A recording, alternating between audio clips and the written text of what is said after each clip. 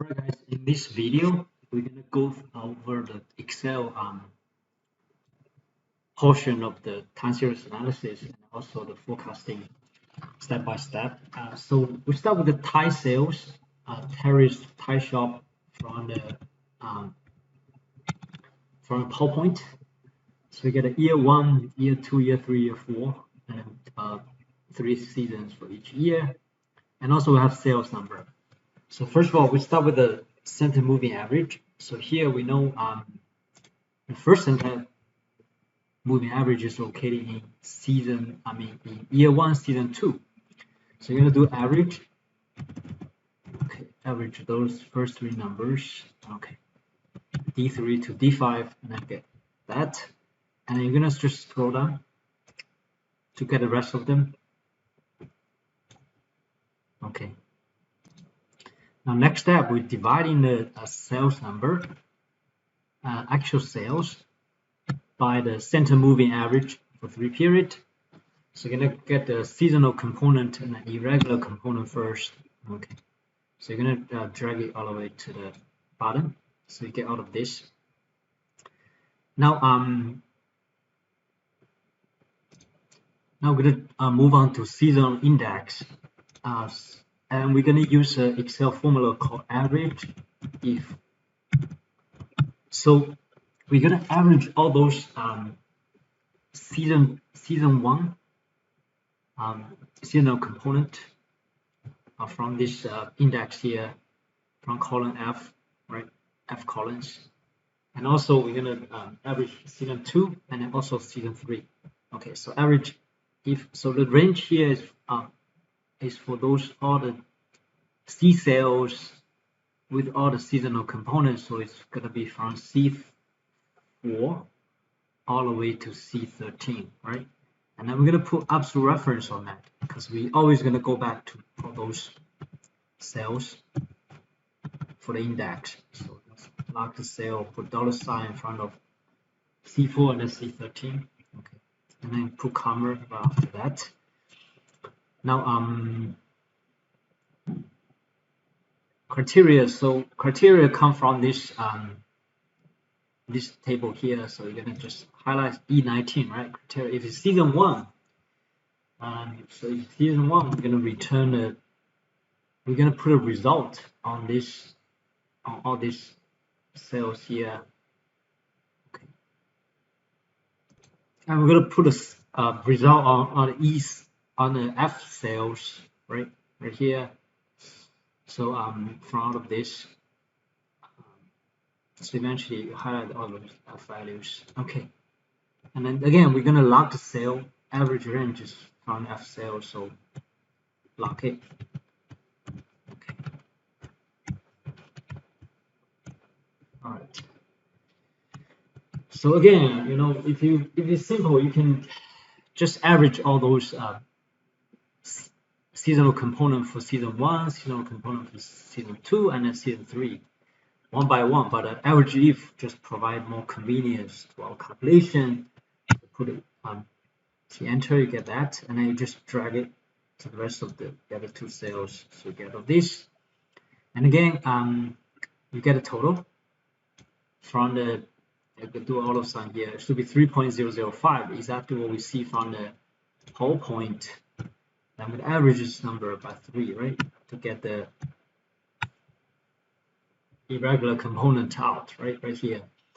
And now the scale seasonal component is going to be seasonal index dividing by the average of those seasonal index, right? So that, and I put absolute reference for the average. So put $sign here, $sign here, so we get this. And then again, let's go down, right? So we get that. Now we're going to move on to scale seasonal component.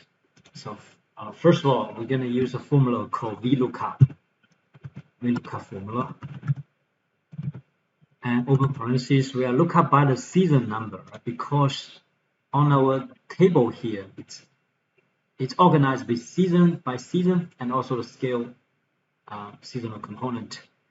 So we do that, and then table rate will be this, right? Highlight the table, and then we're going to lock this table because always go back to the table for this scale seasonal component. $sign and count I $sign 21. Okay. And closing and next argument, if you look at next argument is column index number, meaning we're going to look up on the column 2, right? Column 2 is the number we are using. We are put down on the cell G here. So just put on 2. And the last argument is whether it's so we're going to do false, right? Meaning we want an exact match. We don't want to approximate match. We want an exact match. Okay. So false means exact match. All right. So now once you put in this VLOOKUP formula, as you can see, we're going to get all of these scale seasonal elements here all the way. All right, all the way to the bottom. Yes. And next one will be dividing the sales number by the scale seasonal factor. Okay, so you're gonna do this number dividing by the scale seasonal factor. Okay, so we get this and cancel that and scroll down all the way to the bottom. Okay. Now from here we're gonna perform a trend forecast, right? So we're gonna forecast based on the time T, also the deseasonalized sales. Okay, so we're gonna go to data and data analysis. I'm gonna do a regression. Select regression here. Click on OK. So the input Y range is gonna be the deseasonalized sales, which is YTOST, and then input X range will be the time T, including the title. Okay, we're gonna do that, and so that we including the labels, meaning including the title, and output range. We're gonna pick somewhere to put it. Okay, remember, put it underneath the table here. So I'll put it down here. I'm gonna go back, and we're gonna see the regression outputs here, right? Okay, so I'm gonna format the table really quickly.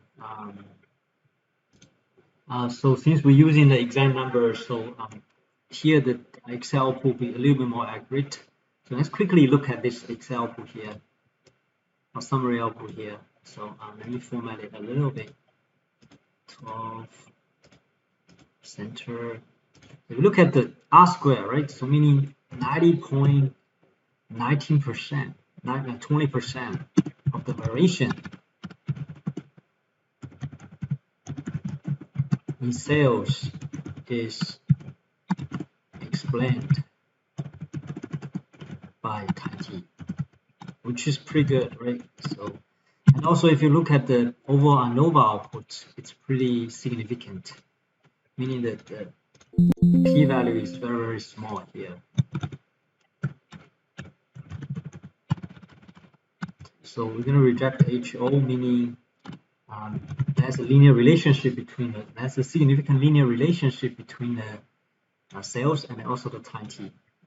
So this model is pretty good.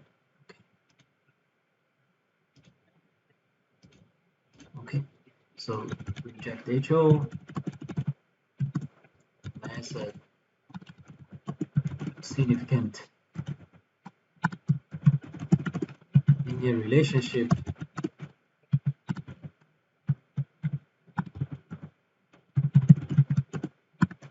between sales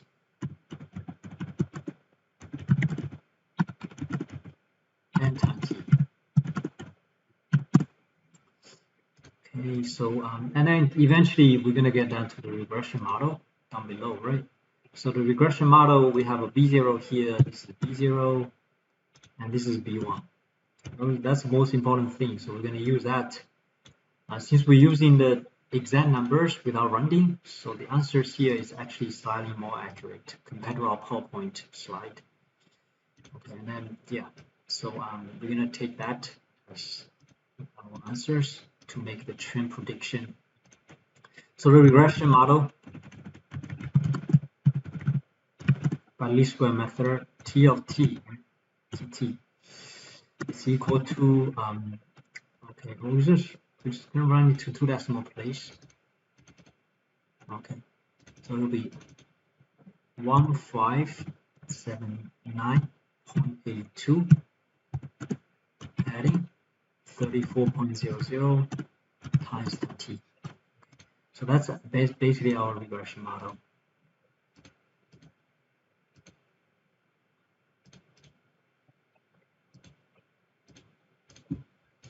And then we're going to use that to get a trend forecast, right? So we're going to do this. So we multiply by B0 first, and we do the absolute reference on B0. So we're going to do the same calculation for the rest of them. So put the absolute reference there.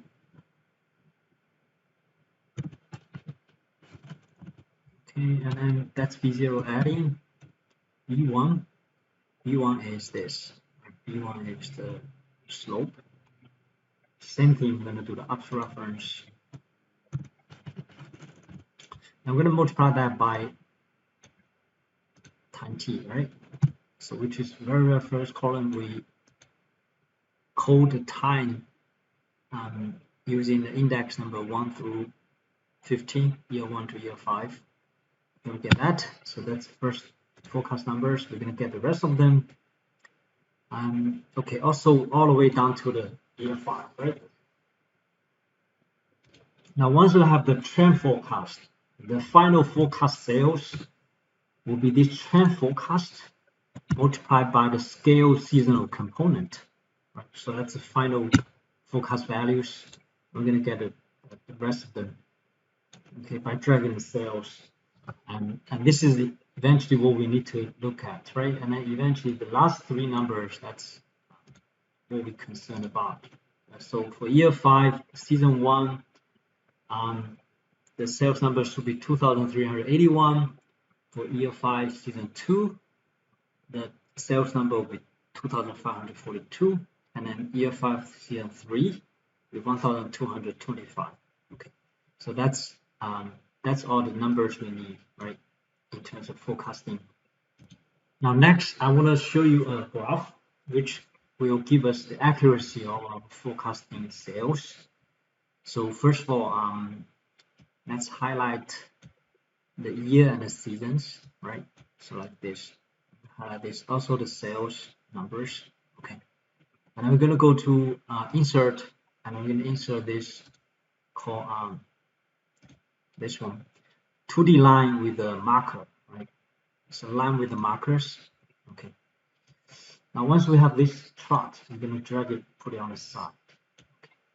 So now this is actually the actual sales number. So let's go to select the data, highlight the graph, go to select the data, and let's just remove everything.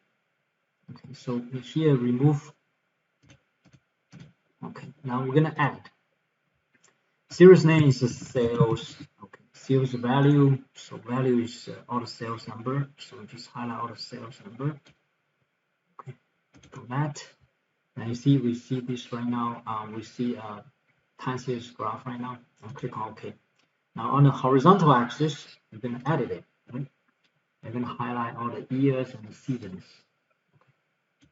All right, highlight year and the seasons all together. And then now if you look at it, you see this year 1, season 1, 2, 3, which is pretty good. So this is our original time series graph, right? Now we're gonna look at we're gonna also plot the forecast by go to same graph and then click on select data. Okay, now you're gonna add series name will be the forecast, right? Forecast sales, forecasting sales. And the values is all the numbers here, okay, including the last 3 numbers highlighted in yellow background. Okay, and now click on OK. Also, a horizontal axis. Now you're gonna highlight all those years and the seasons all the way to year 5. Okay, and then click on OK. right? So now if you look at it, you're gonna see our red graph represents the forecast sales, and then it's almost the same, right? It's almost aligned perfectly with the original sales number. That means for year 5, those forecasts should be pretty accurate, right? Because there's no big change between the original time series data from our forecasting sales. So these two align almost perfectly. Also, I'm gonna plot one more thing here, which is the center moving average. Okay, so I'm gonna go to select data. One more time, I'm gonna add here's the center moving average, 3 period. Okay, and all the numbers we need here is right here. All the numbers. Okay. Now click on OK. Right, so you're gonna see the center moving average pop up here. Okay, pop up in our graph as well. But yeah, so based on the graph, you can see that the forecast should be very accurate. Based on the graph, you can tell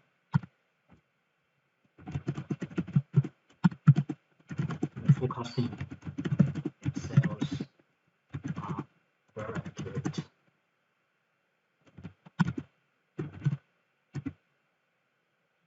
And that's pretty useful information because for the management. So if you have the actual sales number, then this becomes super useful, right, to prepare for the next year's seasons.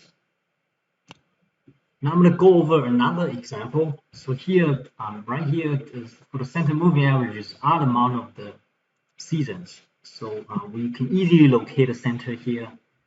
But if you look at down below here, there's a TV sales. Okay, so for the TV sales, this is quality data for the television set sales.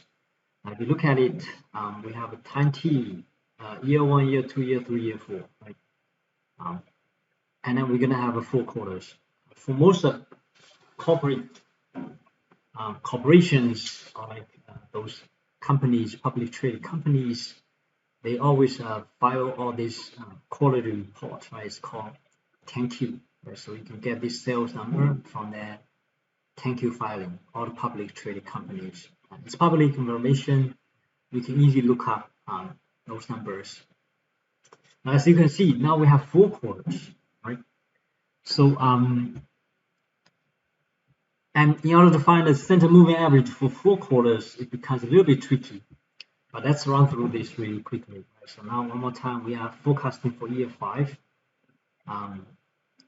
quarter 1, quarter 2, quarter 3, quarter 4. Right? So we're gonna run through the analysis one more time. So if you look at, we can't get to the center moving average for 4 quarters. For 4 quarters directly. So now we can go to the moving average first. Moving average for 4 quarters, as you can see from quarter 1 all the way to quarter 4. Now the middle is going to be between quarter 2 and quarter 3, which is quarter 2.5. And since it's quarter 2.5, we're going to run it up to quarter 3, right? So we're going to do average first for those 4 quarters. Okay. Now we're going to get this number 5.4. Then you're going to drag it, right, all the way to year 4. Quarter 3. So as I mentioned earlier, although we can only get moving average. The location for the moving average is approximate, right? We run it up. But what if we average the 2 neighboring moving average for 4 quarters, like 5.4 and 5.6? Now, if you think about it, the center for this is 2.5. The center for this is 3.5. So that means if you average these 2, then we get a center moving average right on the spot of the year 1, quarter 3, right? So we're going to do average of those 2 numbers. Okay, 5.4 and 5.6. Now we get a center moving average for 4 quarters. Okay, so right here for the even amount of the periods, that's what we have to do. We got to find out the moving average first, then the center moving average by averaging the 2 consecutive moving average from the previous step. Okay, we get that. Then we're going to drag it all the way to the cell F for F17, right? So those are the numbers we need. Here, from here, we're going to get to the seasonal component and the irregular component by dividing the actual sales by the center moving average for 4 quarters. Okay, so we're going to get the numbers and get the rest of them. Okay. And now one more time, we're going to do a average E formula to get all the seasonal index. So you're going to do average EF, right, formula. The range is from the right here, so it's going to be this, right, C6 all the way to C17, right? All of those quarters have the seasonal component available here, so that's why we only select up to that point. And then we're going to do absolute reference, $sign from C, $sign from 6, $sign from C, $sign from 17. Okay, and now we actually get it from E19, right, which is the cell E19.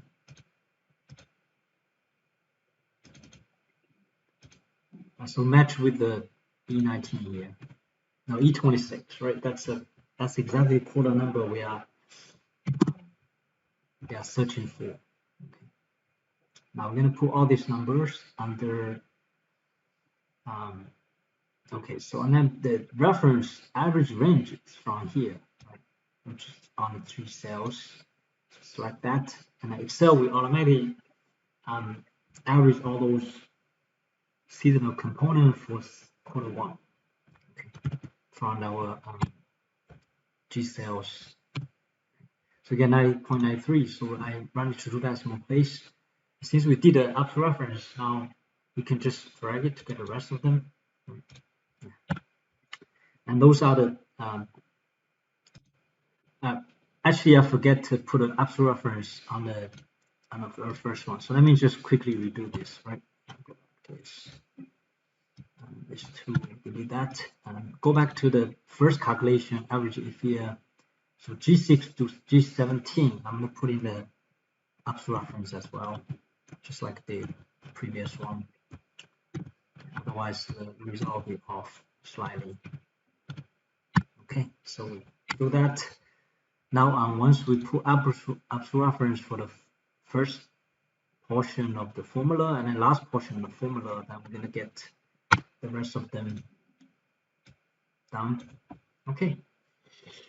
So those are the seasonal index, and then let's get an average first. Next, by get a total. So do a quick auto sum here.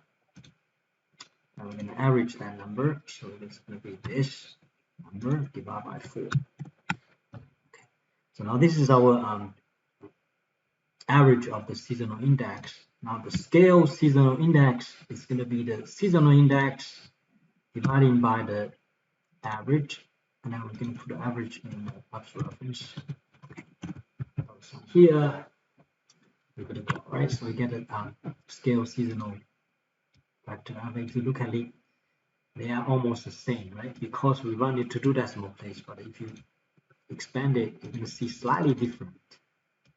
For simplification reason, we just put into 2 decimal place, but in reality, there are slight difference once we divide by the average. So we should still do that. So still divide by the average here. Same thing for this. Okay, and that's what we need, right? Just the scale seasonal. Now this is another technical point right here. So we're gonna do a VLOOKUP to look up all the scaled seasonal. This is actually, let me just mark it scaled seasonal factor scaled. actually it is a scale seasonal factor, so we do that. So we look up in the formula, and we are looking up this quarter one, right, for the first C4, and then we're looking up in our table here, right, in our index table underneath, with the scale seasonal factor, and then we're going to do a absolute reference for that table. Dollar sign, dollar sign, dollar sign here, dollar sign here. Okay. And again, we are looking up the values on the second column, right? We are putting the numbers on the second column on each cell here. So it'll be 2, and we want an exact match. So the argument is going to be false. Okay. Now, yeah, false means exact match. We want an exact match. So we get that, and then if you drag it, since we put up the reference, and if you drag it, you're going to get the rest of them all the way into the year 5, right? Because that's what we do in the forecast about. Okay, so we go all the way into that. Now we're dividing the sales number by the scale seasonal factor to get deseasonalized data. Okay, so we're going to get the rest of them, get one of them, dividing sales by scale seasonal factor to get deseasonalized numbers. Okay. So get all of that. Now we're going to run the regression analysis based on the time t, also the deseasonalized sales numbers right here. Now we go to data and data analysis. Now we are doing the regression here. Click on OK, and one more time, let's select all the y values here. So that will be the all the deseasonalized sales number. Okay, highlight on the entire table, and also go back and then select all the x values. Okay, x value is just going to be time t, right, all the way to 16. All right, and we including the labels, including the title. Confidence level will be confidence interval will be 95%. Output range here, we're going to put it underneath here. Okay, so down here, right? We'll be on a B33. Now, yeah, click on OK. So I'm going to see the Excel outputs here. Okay, let me just quickly format this a little bit.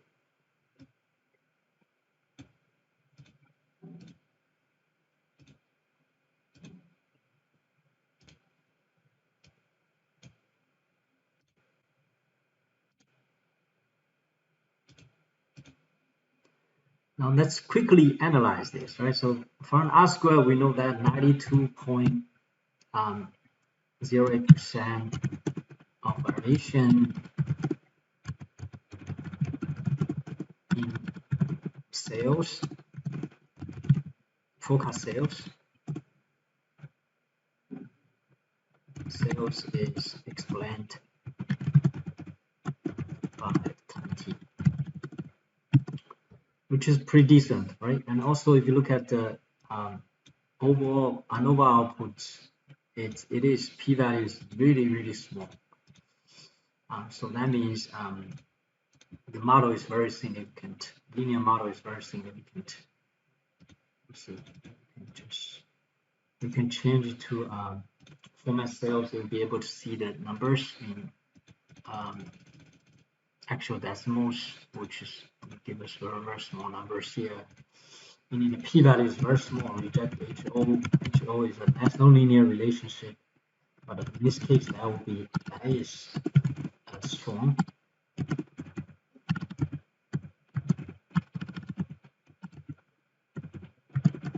Linear relationship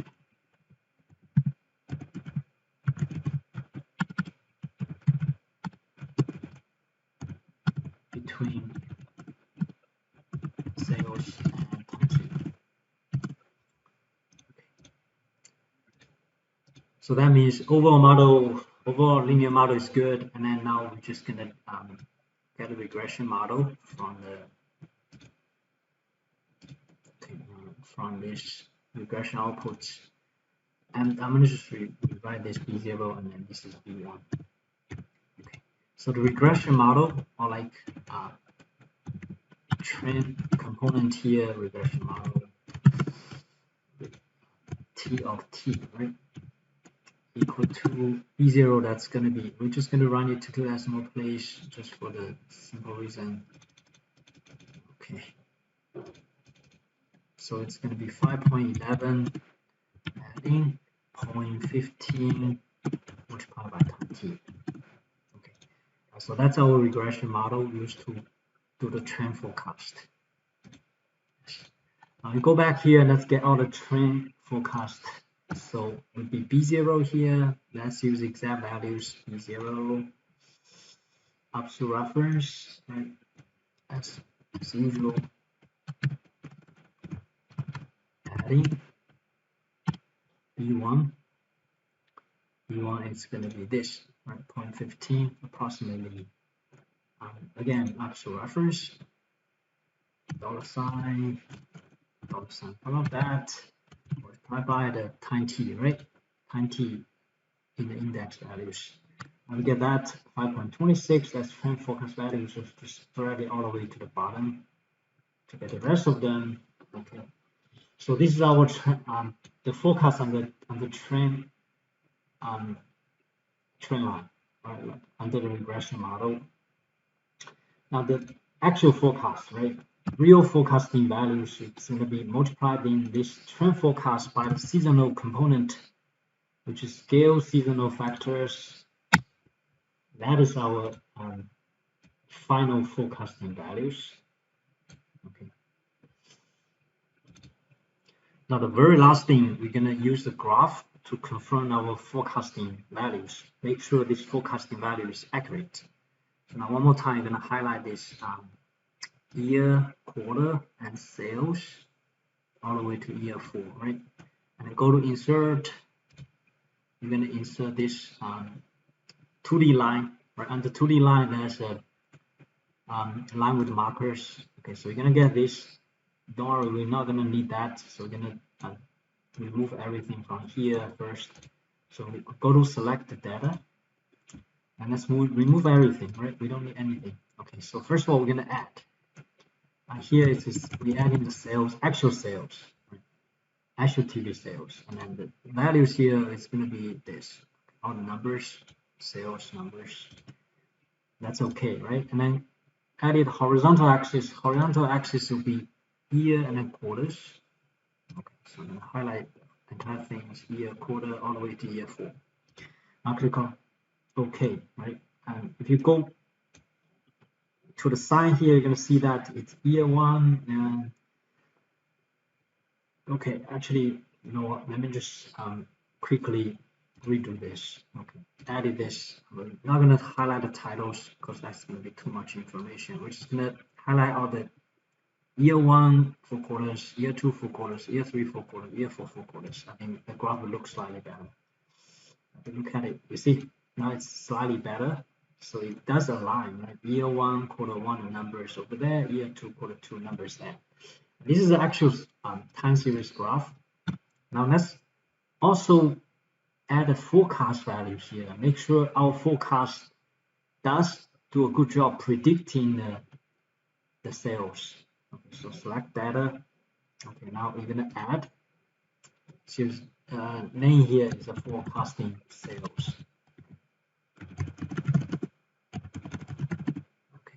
The values, it's going to be all the forecast values all the way to year 5, right?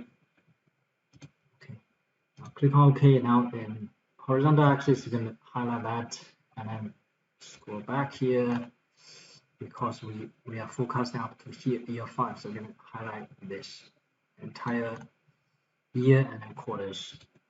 Okay, then you click on OK. Now on the side, you're going to see that the red graph is our forecast. So the forecasting sales actually, it's almost matches with actual sales, right? Then then from there we have a good confidence that our forecasting sale is pretty accurate based on this analysis. And then one last thing I want to add is just going to be the okay, add. We're going to add a center moving average, CA of 4. Okay. And the values here we are adding is going to be all the center moving averages. Okay. And click on OK, right? Click on OK one more time.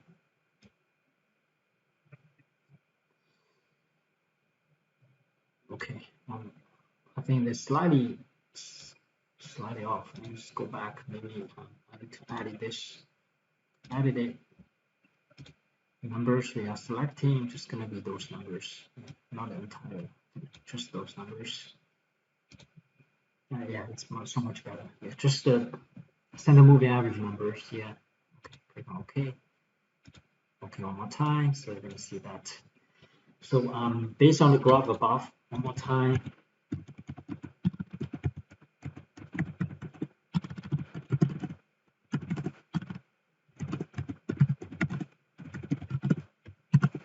The forecasting sales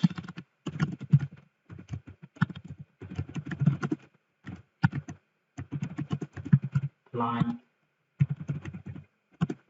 with the actual sales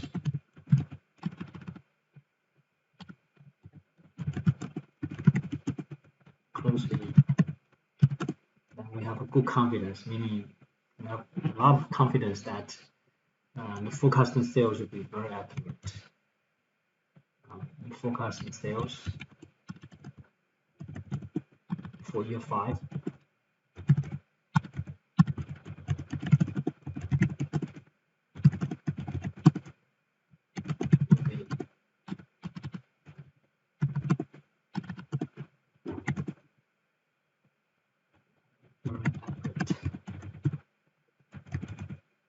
So management could use the number to prepare for the year 5.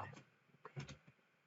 Yep. So that's basically the time series analysis here from the Excel perspective, right? So the last 4 numbers, that's the most important thing here. Highlighted background. That's the essence of this time series analysis. And then, yeah, so that's pretty much everything from the Excel component. I know it take the last Excel is a little bit more sophisticated, so it takes some time to get used to it. You also need to apply this Excel skills to the to our Excel project number 5. Right? Okay, so just follow this video closely. You'll be able to complete the Excel project number 5. Okay. And that's end of the course. This is the last video we are doing here.